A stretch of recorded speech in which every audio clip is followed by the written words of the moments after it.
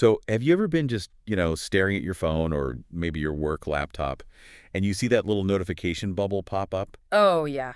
The dread. Right. You know the exact one I mean. It's a connection request on a professional networking site. Mm-hmm. And you move your cursor over, you click on it, and you're expecting to see, I don't know, a recruiter or maybe someone you just swapped business cards with at some conference. Or a former coworker you actually liked. Exactly.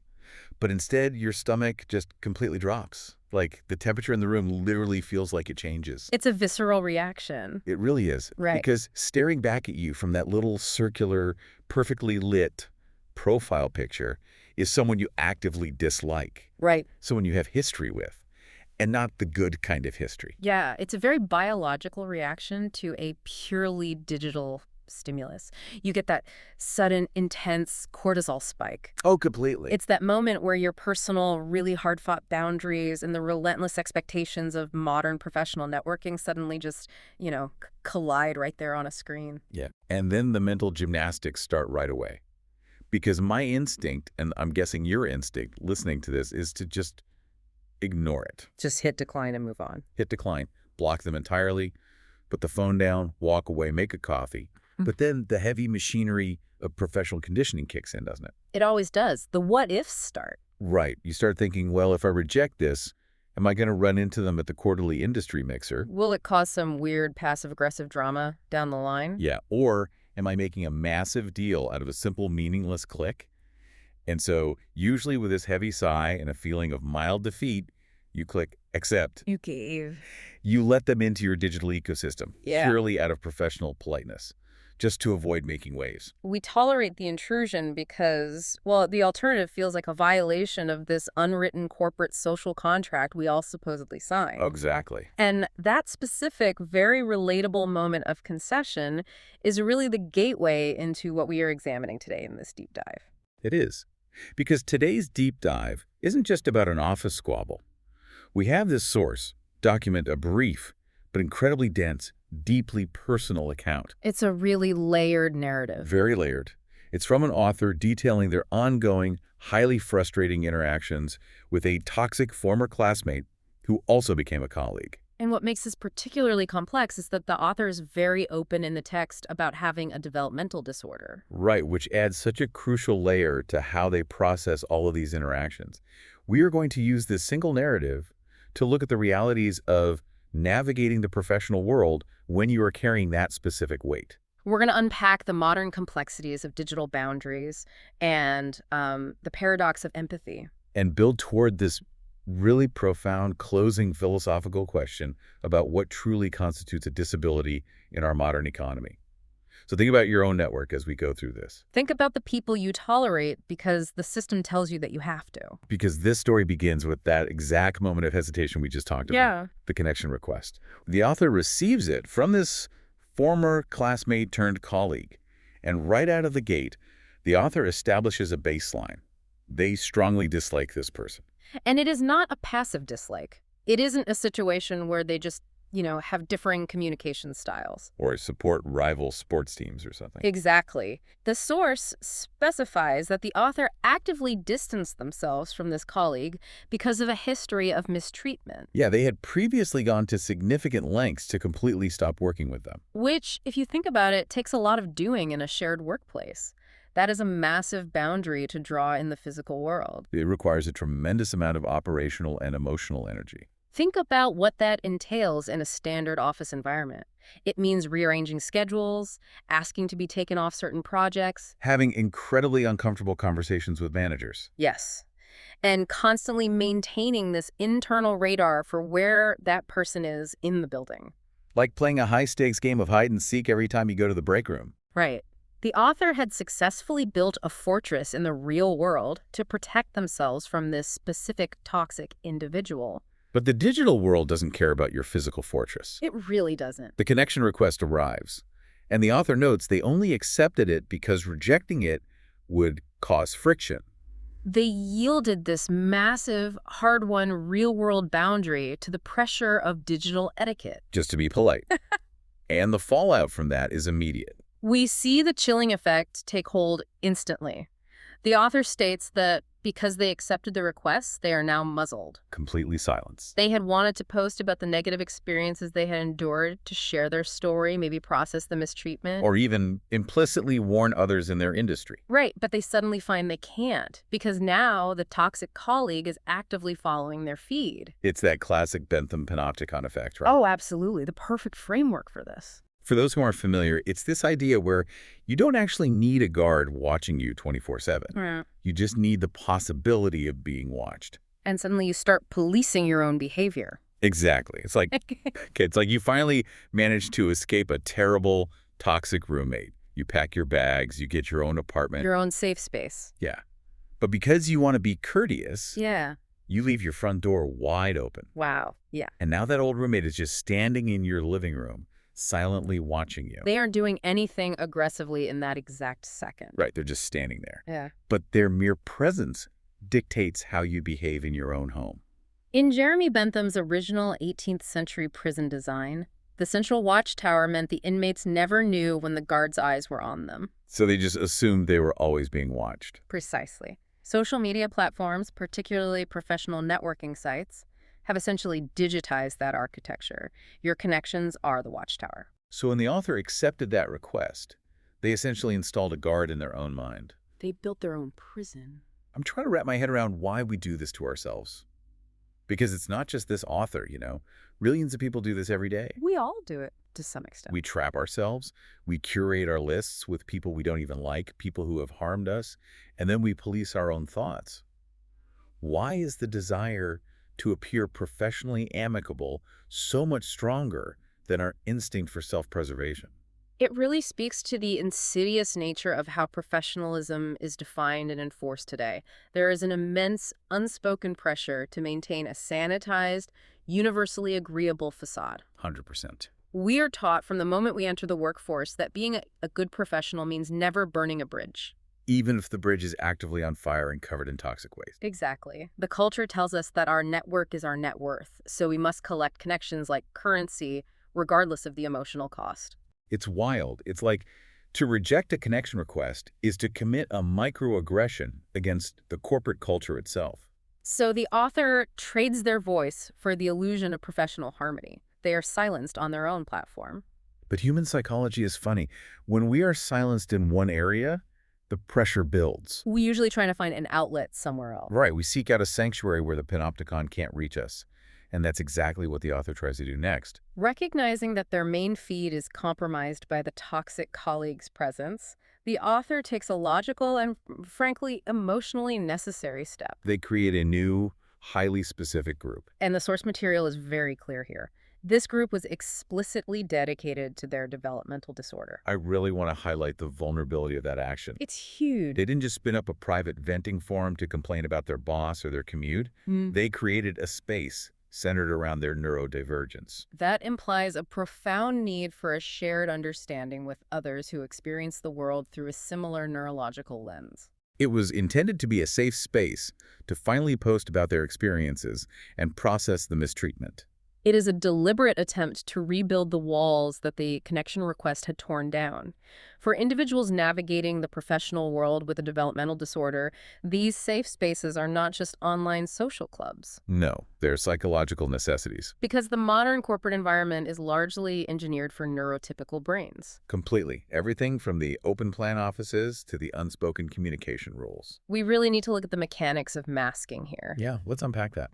People with developmental disorders often have to expend massive amounts of cognitive and emotional energy every single day just to mask. Which is hiding those neurodivergent traits to fit in, right? Yes. The subconscious or conscious process of hiding those traits to fit with neurotypical social rules, communication styles, and behavioral expectations. That sounds exhausting. It is like running a heavy software program in the background of your computer. It drains the battery incredibly fast. Oh, that's a perfect analogy. So creating this dedicated group is essentially building a charging station. Exactly. It's a way of saying, here, I can close that heavy background program. I can take the mask off. I can speak freely without constantly translating my thoughts for a neurotypical audience. It is a space for recovery. But then the infiltration happens. The toxic colleague somehow finds and joins this highly personal, highly vulnerable group. And the author's reaction is total paralysis. Total shutdown. The text says they decide they cannot write about the mistreatment, even in this dedicated space. They completely give up on writing about the situation altogether. The chilling effect followed them right into the sanctuary. Okay, hold on. I'm stuck on something here, and I'm guessing you, listening to this, are probably feeling the same frustration. What's that? It's their own group. The author created it. Why wouldn't they just hit the block button the second this guy's name popped up in the member list? It seems so obvious from the outside. Right. Why just surrender the space? From an external, purely logical standpoint, the mechanics seem incredibly simple. You click a button, you remove the person, problem solved. Exactly. One click. But looking at it through the lens of trauma and chronic boundary violations, the internal reality is vastly different.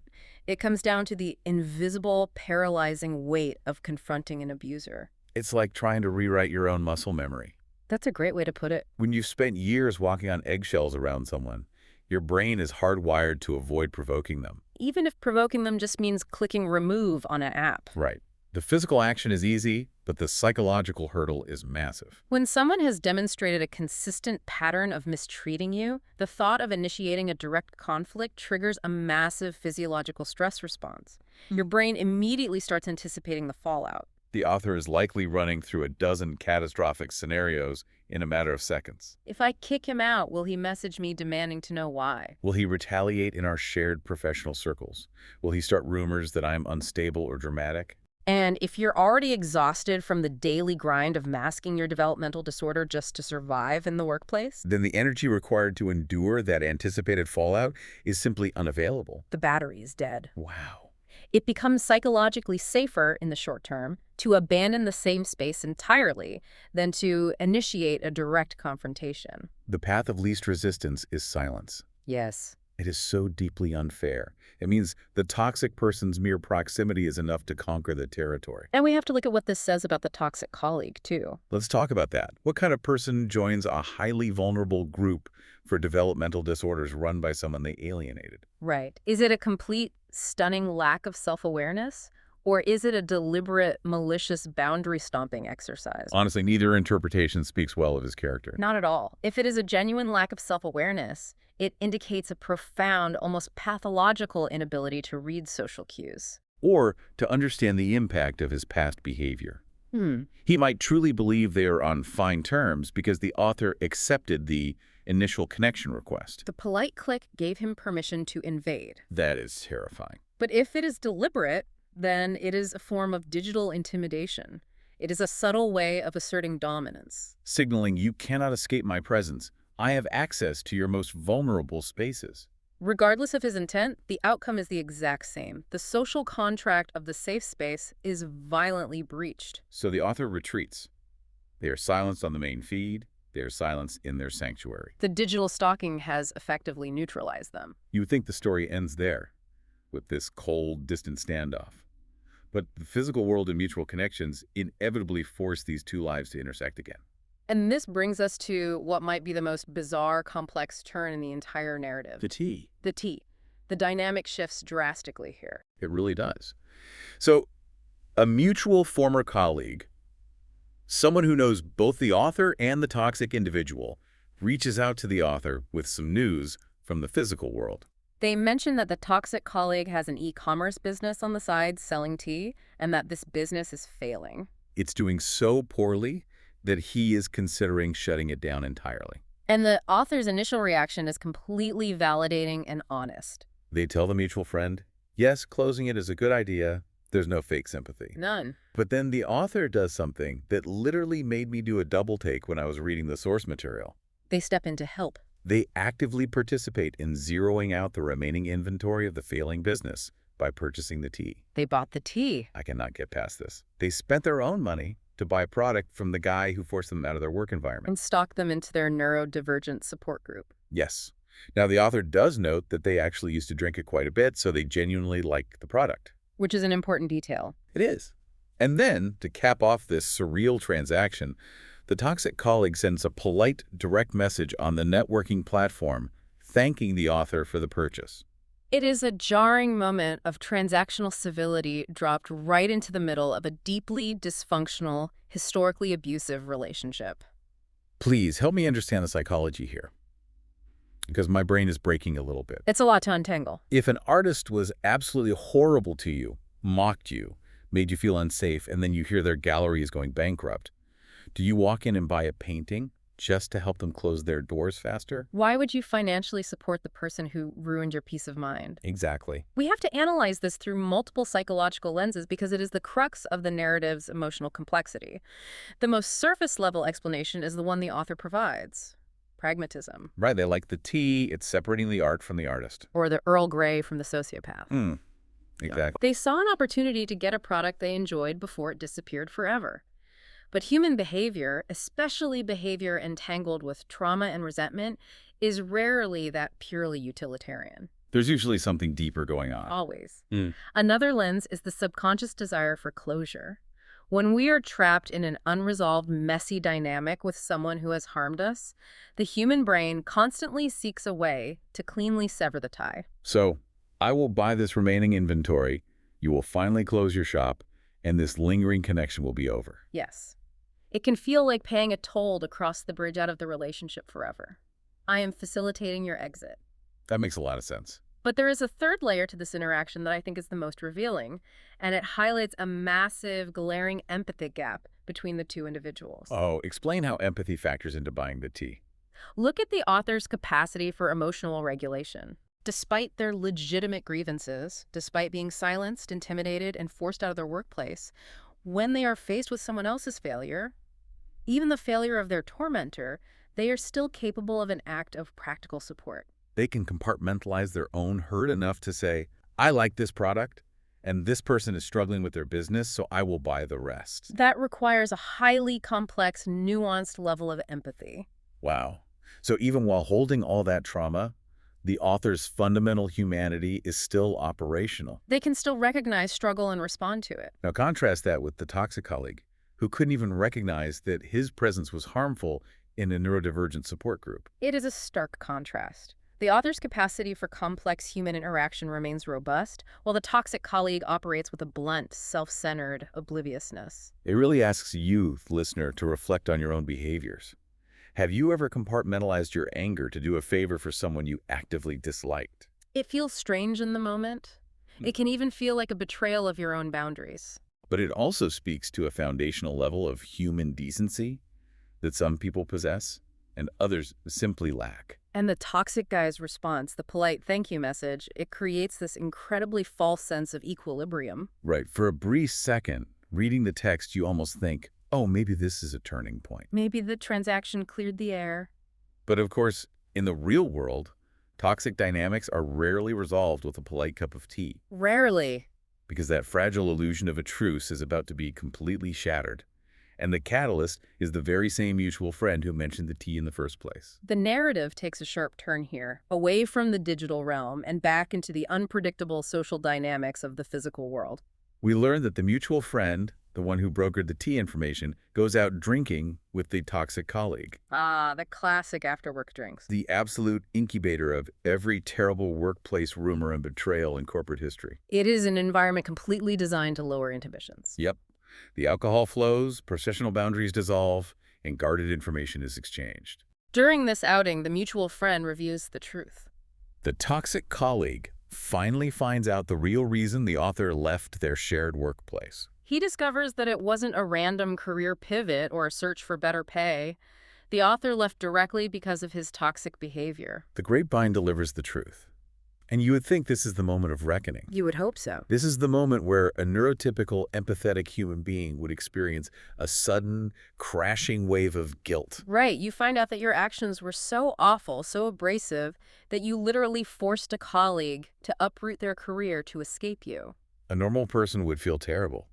They might reach out to apologize profusely, or at the very least, feel too ashamed to ever initiate contact again. You are describing the expected response of someone who possesses a functioning conscience. True. But we've already established the empathy gap. We have. So what does the toxic colleague do with this new information? He sends another direct message on the professional networking platform. But the tone is a universe away from the polite thank you for the tea. Oh, completely. The message reads, essentially, I heard you were complaining about me, lol. Lol. He actually added the equivalent of lol. to the end of the message. I want to just park on that acronym for a minute because it is doing so much heavy lifting in that sentence. It completely weaponizes the communication. It really does. It turns what should be a moment of profound self-reflection and accountability into a petty, mocking taunt. It's a very aggressive defense mechanism. By adding lull, he is actively minimizing the author's lived experience. He's saying, your pain, your career disruption, the fact that my behavior was so intolerable that you had to flee, it's trivial to me. In fact, it's funny. It shows absolutely zero remorse. It is a pure power play. We also have to look at the psychology of Darvo here. Yes. Deny, attack, and reverse victim and offender. While not a full Darvo cycle, the mechanics are very similar. Notice the complete lack of accountability in his phrasing. He frames the author's departure not as a consequence of his own toxic actions, but as the author simply complaining about him behind his back. Oh, that's subtle, but so manipulative. It shifts the blame entirely. In his narrative, he is the victim of unfair office gossip, rather than the perpetrator of a hostile work environment. Wow. The lull is a deliberate attempt to bait the author into an emotional reaction.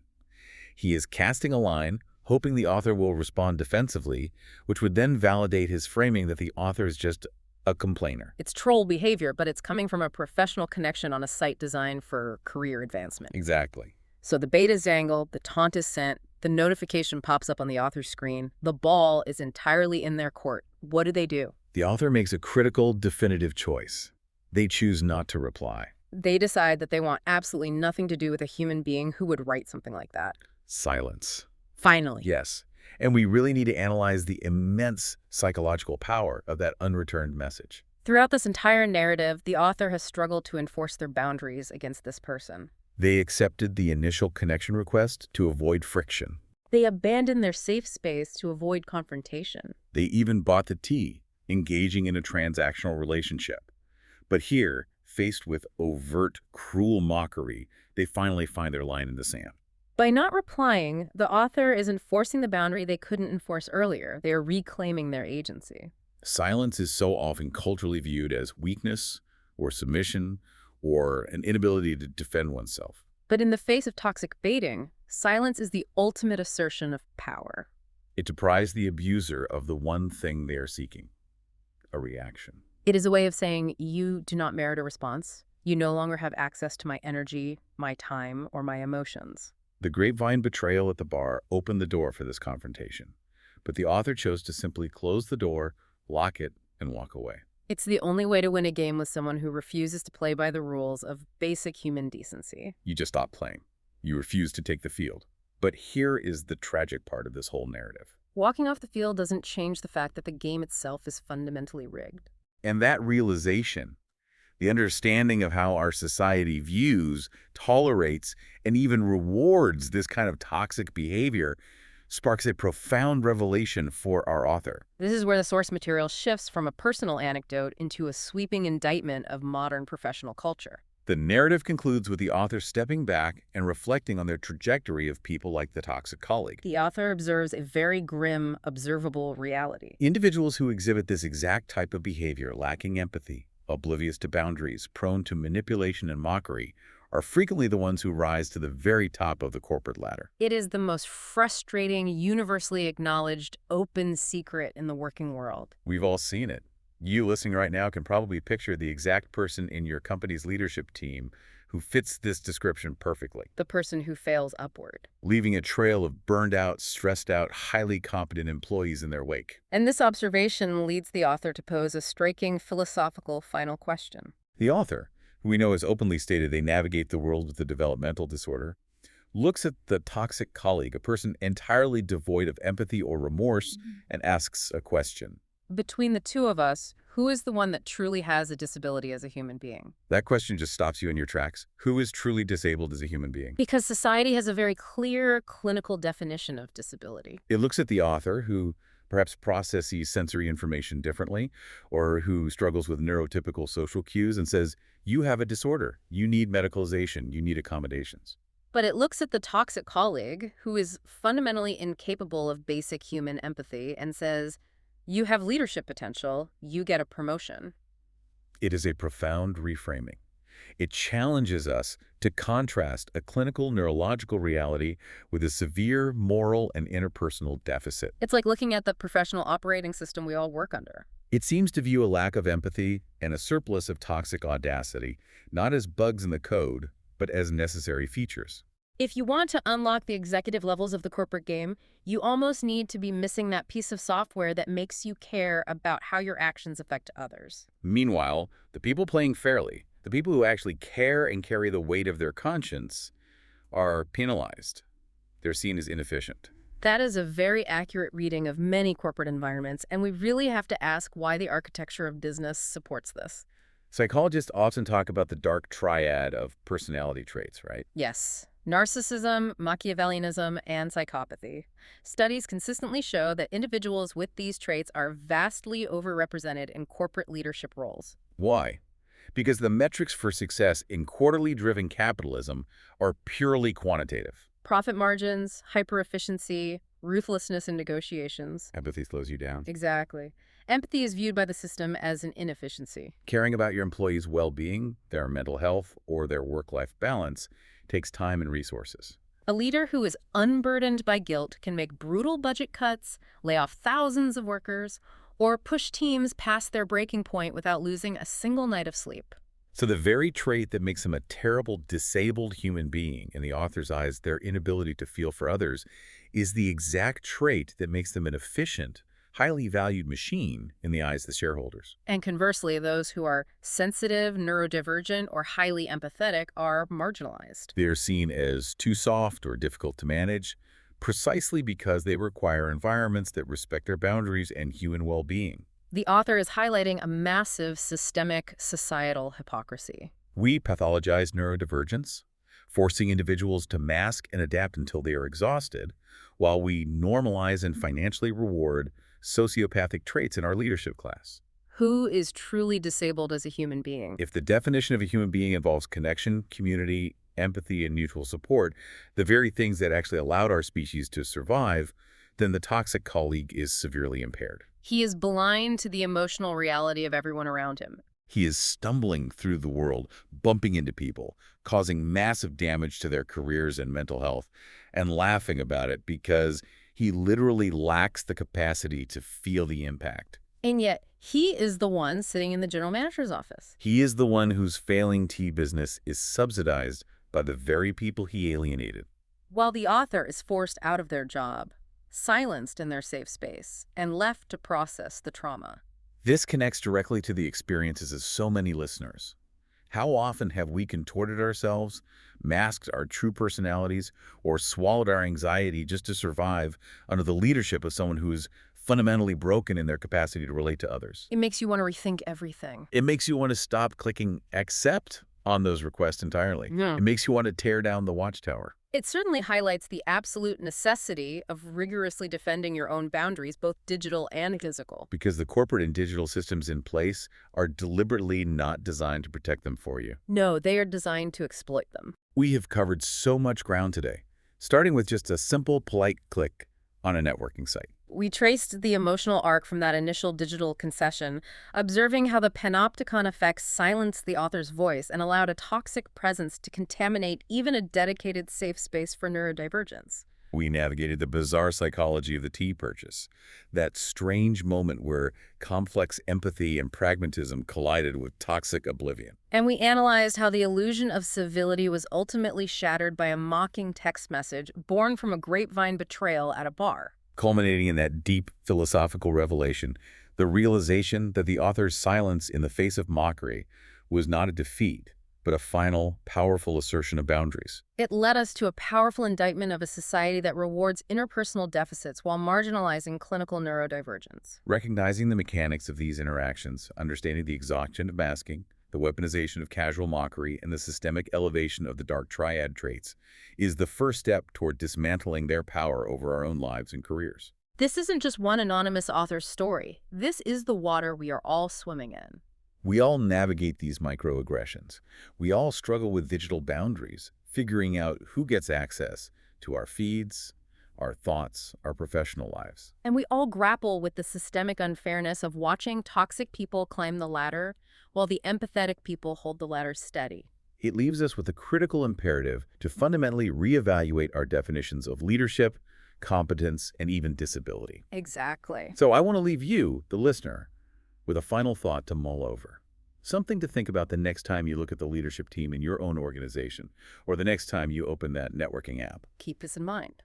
If the very structures of our modern businesses continuously elevate individuals who suffer from this profound human disability, a total lack of empathy and self-awareness to the roles of general manager, owner, and CEO.